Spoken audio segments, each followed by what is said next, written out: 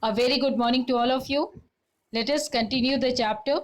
In the previous class, you studied about the importance of election and how South Africa, where the apartheid was practiced, gained independence and got the right to take part in election.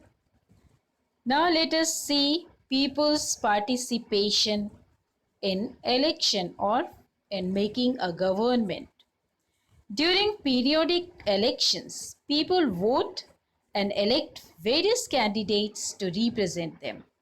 These representatives take decisions on behalf of the people.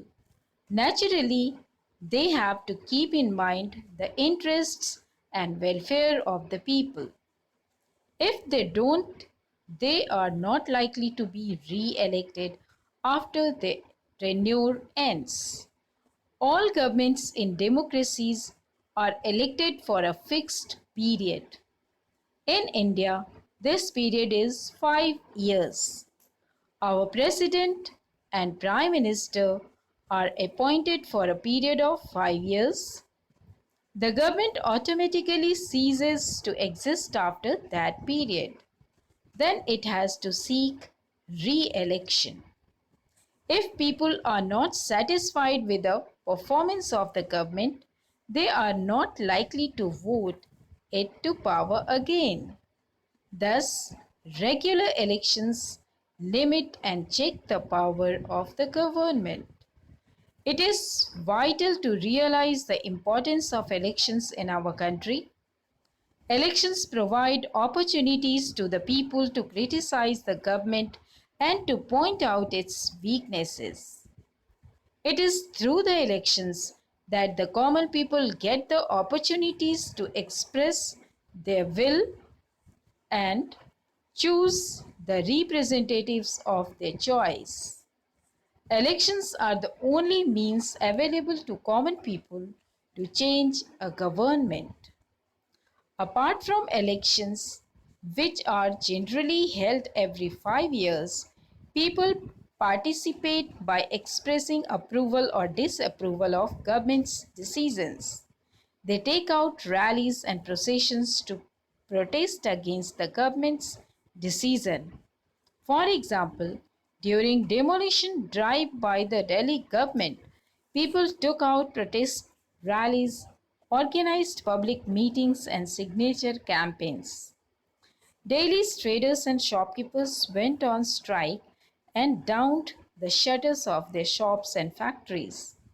Strikes and bunds are also organized to protest against the government's apathy and differences on health, sanitation, and price rise.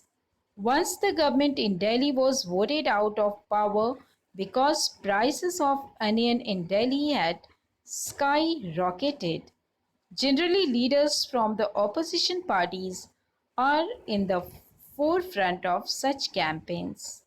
Sometimes the government has to change or cancel its decision if the public opinion is against it.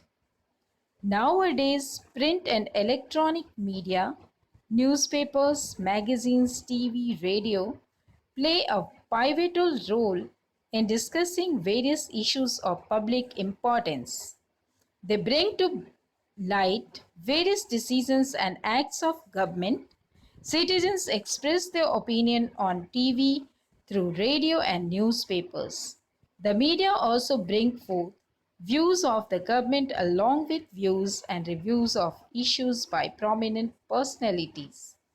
Thus, a democracy, the government is run according to the wishes of the people.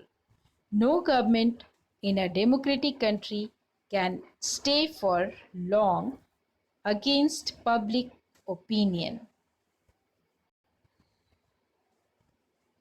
or to ignore public opinion. Unfortunately, not all sections of people in our country are able to participate.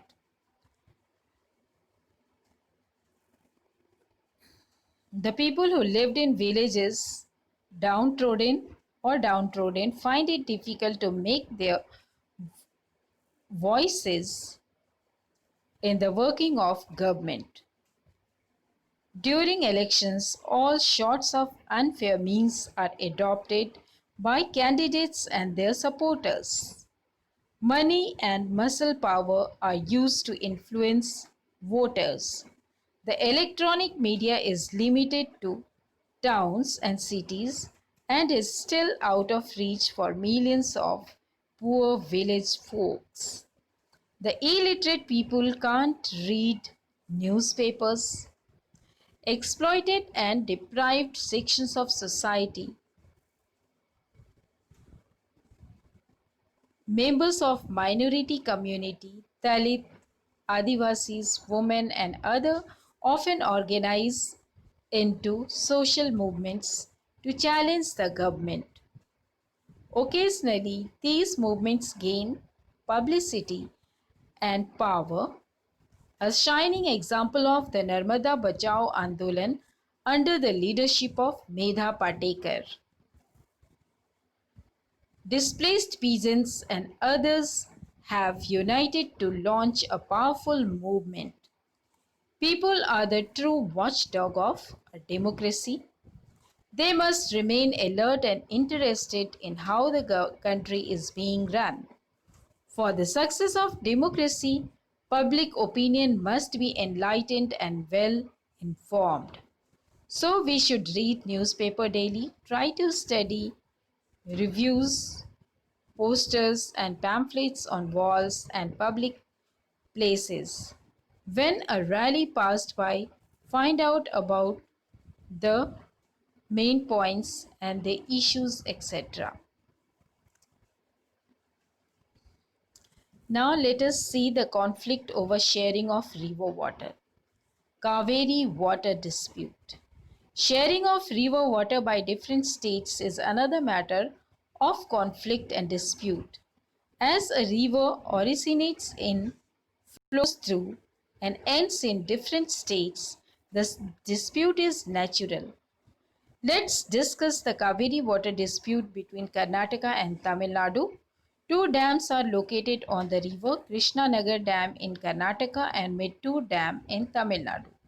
The water in the former dam is used for irrigating a vast stretch of cultivated land in Karnataka apart from being the main water source for Bengaluru. The water in the later dam is used to irrigate vast areas of land. The Mettur dam can be filled up only if water is discharged from the Krishnanagar dam. Both states need as much water as possible. This gave rise to a conflict regarding sharing of water. The Union government and the Supreme Court had to step in to resolve the issue. This dispute is not yet fully resolved. And time to time you can hear the conflict between Karnataka and Tamil Nadu due to this Kaveri water. It is the primary responsibility of the government's organ to resolve a conflict peacefully and amicably. Our constitution has provided detailed rules and regulations regarding various issues and matters.